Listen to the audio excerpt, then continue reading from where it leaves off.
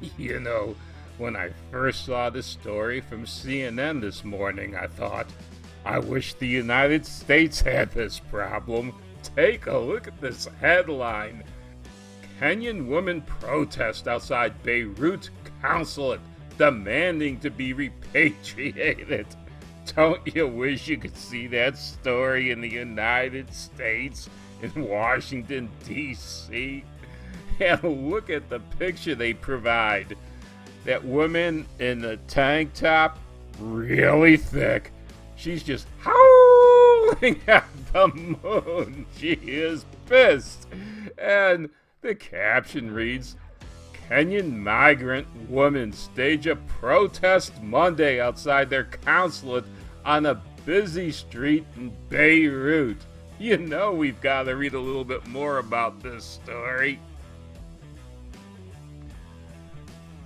Dozens of Kenyan women have staged days of protest outside their country's Beirut consulate this week, demanding repatriation from crisis, I'm going to say laden instead of ridden, Lebanon. Come on, project this on the United States. Wouldn't you love to see illegal aliens? And that's what these are, because I'm going to skip to the third paragraph in a moment.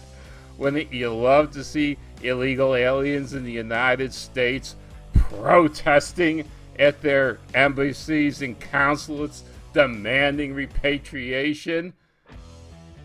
Many of the protesters are undocumented migrants. See, I told you they were illegal aliens, who say they have paid exorbitant fees to Kenya's consulate in the hopes of being repatriated. Hell, in the United States, we'd pay them their airplane fare to get them the hell out of here.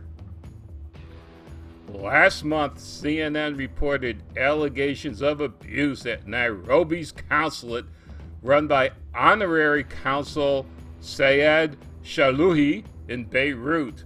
Multiple women said they were exploited, verbally abused, or physically assaulted by Shaluhi and his assistant Kassem Jabbar, both Lebanese nationals. So, the Kenyan consulate is run by Lebanese. Oh my dear goodness. Jabbar has denied all allegations. Well, of course he has. They're false, I tell you, false. Of wrongdoing leveled at the consulate and himself probably, or no, most assuredly. And here's another picture of these protesters demanding repatriation. Do you see the difference, though, between these Kenyan protesters and U.S. protesters? I don't see any damage to a building. I don't see any graffiti. I don't see any fires. I don't see people getting beat up. I don't see anything torn up.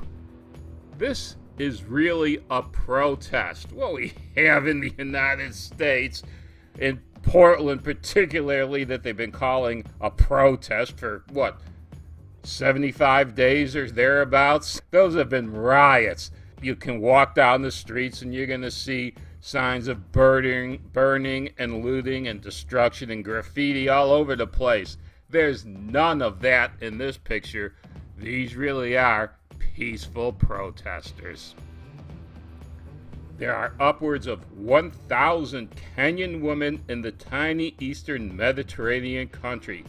Most of the migrant community are female domestic workers who are sponsored to be in Lebanon under the controversial kafala system, a form of indentured servitude. Now, historically, isn't indentured servitude, well, in the United States anyway, indentured servitude was just slavery with a time limit. So that's what they were doing. They're saying, guess what? We'll feed you, and we'll pay for your airfare, and we'll pay for clothes and stuff like that. But you've got to work for us for X number of years, and you're not going to get paid. That's what these women signed up for. They signed up for to be slaves. So what kind of a home life did they have in Kenya that they'd rather be slaves in a shithole country like Lebanon. Just how much of a shithole country did Kenya have to be where they said, you know what? It stinks slightly less in Lebanon.